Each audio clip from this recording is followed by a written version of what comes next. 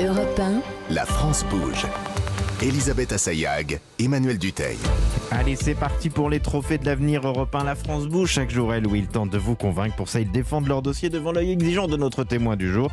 Grand spécialiste du secteur aujourd'hui, Nicolas Vignol, qui est le directeur général du CEL, le syndicat des éditeurs de logiciels et de loisirs. Et je suis sûr que Nathalie Carré est une gameuse assurée. Et on va vérifier tout cela avec ses précieux conseils dans un instant. C'est notre fée de la Chambre de commerce et d'industrie. Et aujourd'hui, une entreprise qui est née il y a un peu plus d'1 an. Bonjour Maxime Granger. Bonjour. Vous avez 36 ans et vous êtes le cofondateur de l'entreprise Gros Chevaux. Gros Chevaux a édité un jeu. Ce jeu s'appelle Unspotable. C'est un jeu qui réinvente le jeu du cache-cache. C'est une entreprise que vous avez montée avec 2 autres amis, des amis d'enfance. Vous venez de Rennes.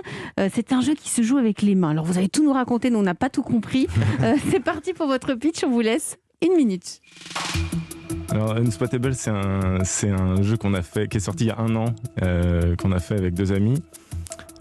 C'est effectivement une espèce de cache-cache réinventé. C'est un peu un Où est Charlie un petit peu plus élaboré. Où en fait, ça se joue de 2 à 4 joueurs. Chaque joueur contrôle un petit personnage dans un décor.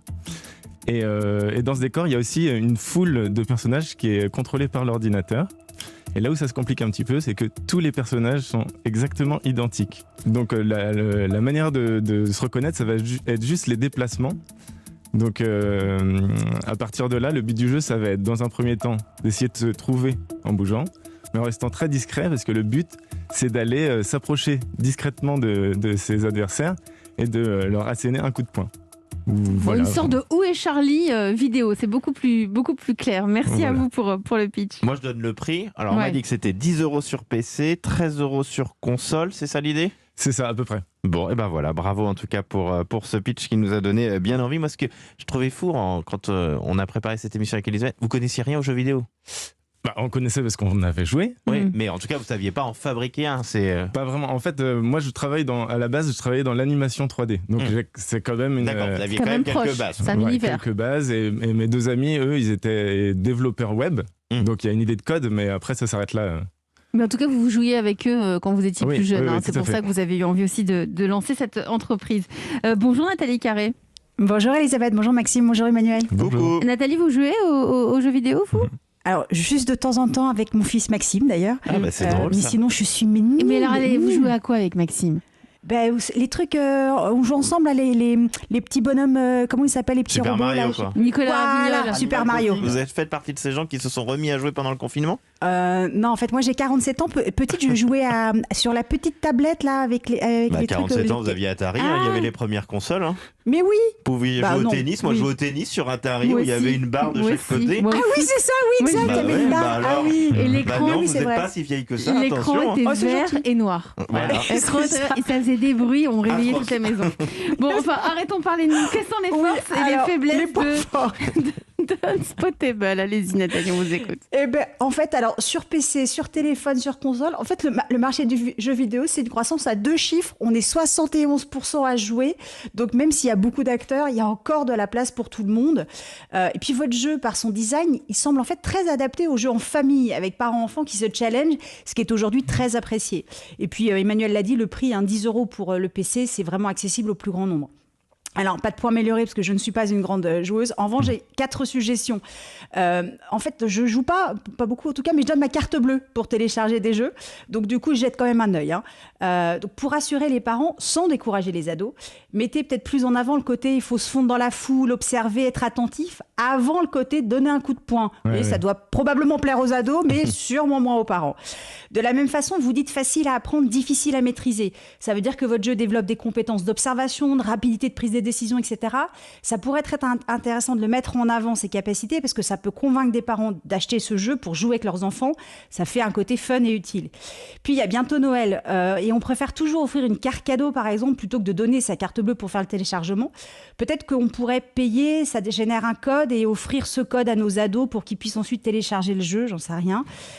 Et puis le dernier point, peut-être ajouter une mise en garde sur le fait que ce n'est qu'un jeu, qu'il n'est pas question de faire la même chose dans les cours de récré réels, puisque vous avez une des étapes qui se passe dans une cour de récré. Ça serait quand même dommage que votre jeu soit connu parce qu'il générerait des bagarres dans les cours de récré, comme c'est le cas pour certaines séries malheureusement ou autres jeux vidéo.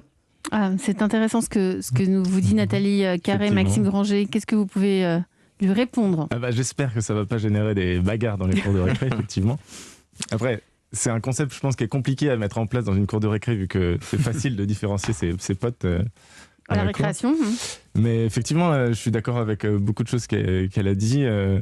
On s'est aperçu, c'était pas forcément notre but au début, mais on s'est aperçu qu'effectivement, de jouer en famille, c'est un truc qui a beaucoup marché avec ce jeu. Surtout parce qu'en plus, il est sorti pendant le Covid. Et pour le moment, il est jouable uniquement en local, même si on est en train de développer le mode en ligne. Du coup, les gens étaient en famille et tout. Et effectivement, il y a plein de parents qui ont joué avec leurs enfants. C'était super intéressant d'avoir leurs commentaires. Nicolas Vignol, vous êtes le délégué général du syndicat des éditeurs de logiciels de loisirs, le syndicat des jeux vidéo. Vous en pensez quoi ?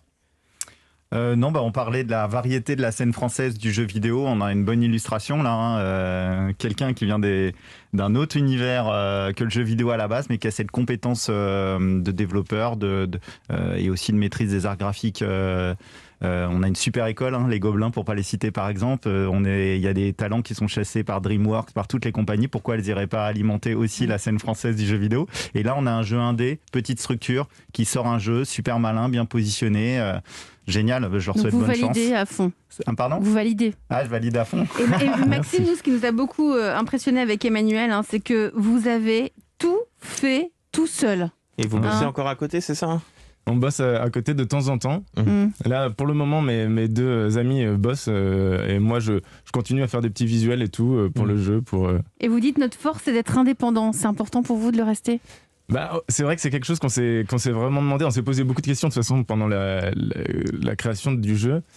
Et on s'est fait contacter par des petits éditeurs et effectivement on avait peur en fait qu'ils nous volent un petit peu notre projet. On ne savait pas vraiment ce qu'on allait gagner finalement en contrepartie et on s'est dit autant rester vraiment complètement maître de notre jeu.